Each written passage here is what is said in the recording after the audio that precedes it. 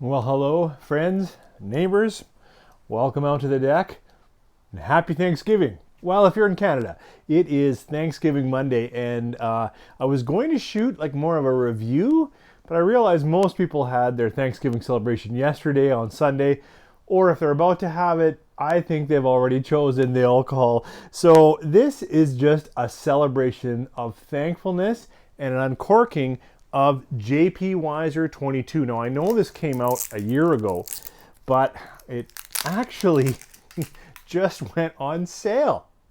So it sounded like a great thing to be thankful for, to bring a bottle home. So this will be the 22-year-old cask strength port cat finish. So let's give it a pop.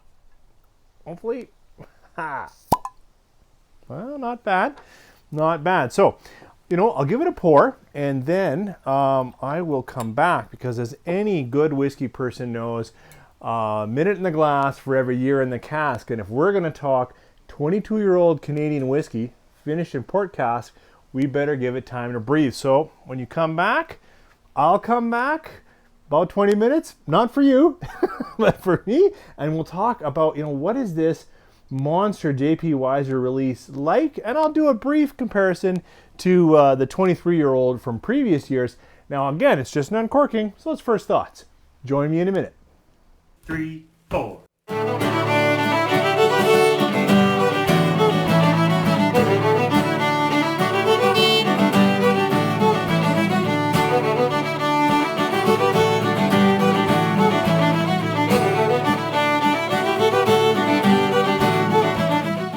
Well, welcome back. Thanks for staying with me.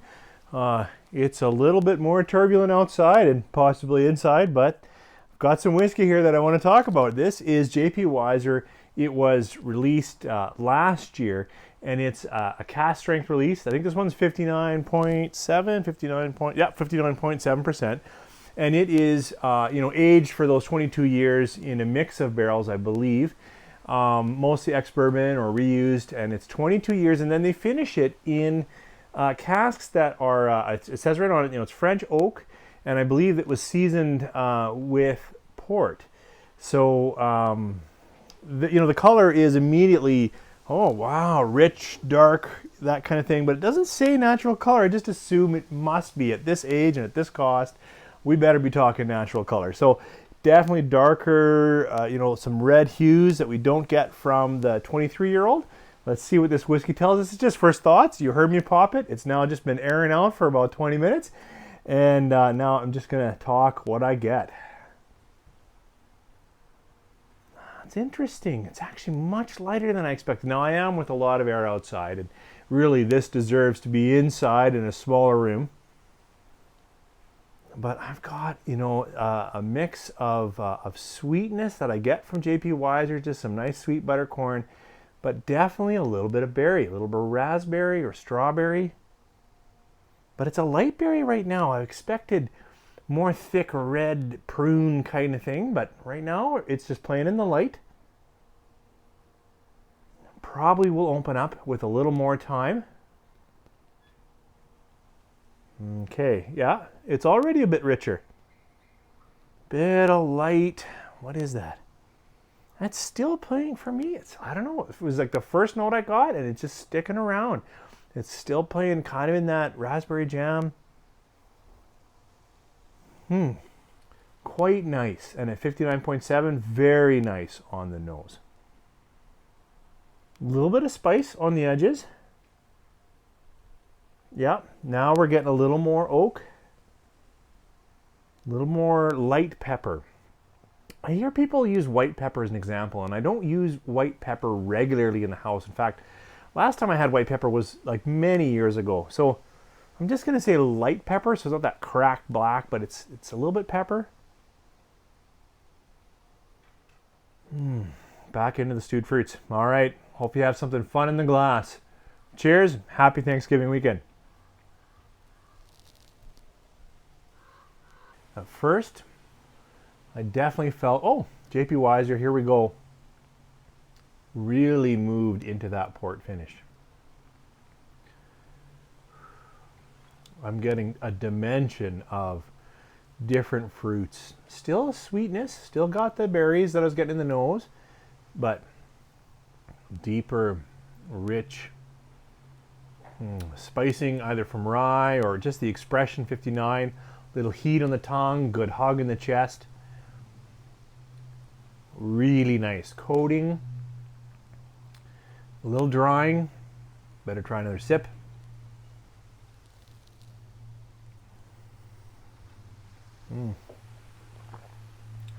First impressions only.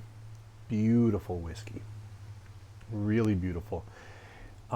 Strong in the port finish. I will say it really does push into that wine finished whiskey. I probably should have compared it, if I was being critical, against a little bit of chocolate, a little bit of light coffee, against the Pike Creek 21, the one that finished in Oloroso. I think that would have been a nice comparison of their older spirit, but aged in a wine cask, because this is really a strong finish forward. I've also had the 23-year-old cask strength sitting out here for 20 plus minutes, and it's 64.3%. I really believe it's the same liquid. So really mostly corn, a little bit of rye, but this has no, cask finishing to it. It's just kind of how it came out. 23 years later, I believe. A little bit of dusty corn. Sweet. Vanilla. Light toffee.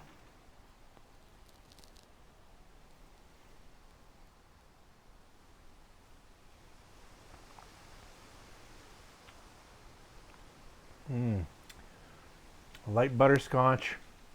Spiciness, rye, oak structure. Also coating, also beautiful at 64%. And now that I've had that spirit, my memory puts it back in here. But I have to say, this is cask driven, whereas this clearly is spirit and age.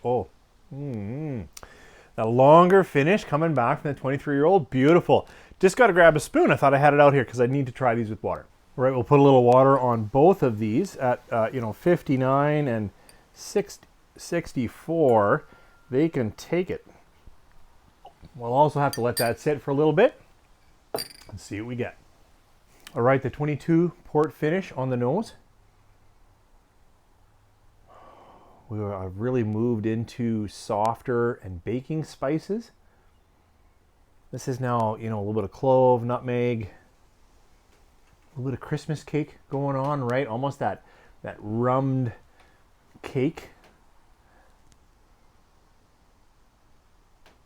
Rich nose with water. I'll compare the 23 with water.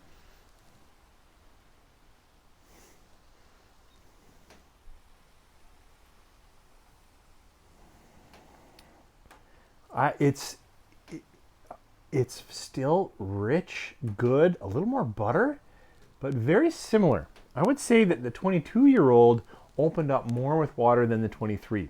On the palate, cheers again. It's interesting. I'm still getting some rich stewed fruit, nice rye spice, all of the same elements, but now actually I'm getting a little bit of bitterness, kind of an oak tannic bitterness. I wonder if it's the French oak speaking. Sometimes French oak for me can be quite spicy and kind of an oaky spicing. Yeah, that could be. It could be the French oak. Boy, the nose is beautiful with water. 23-year-old with water on the palate. Cheers again.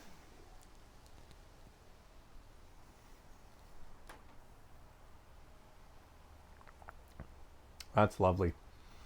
Really lovely. Also brought a little bit of spicing forward for me, but really nice. As always, these need to be, tried with water, rested, tried with more water, less water. I suggest because, 64 or 59, these are really, really big and really tough to drink at cask strength. For me, just totally first thoughts. You were with me as I cracked this bottle. This is beautiful. This is elegant. This is definitely cask or finish forward. So if you're looking for more a spirit-driven dram, but with some dusty old oak in it, you know, this 23-year-old is a great pick, a wonderful, wonderful whiskey. But early thoughts on this 22 is I'm really liking it. It's drinking so nice and coating.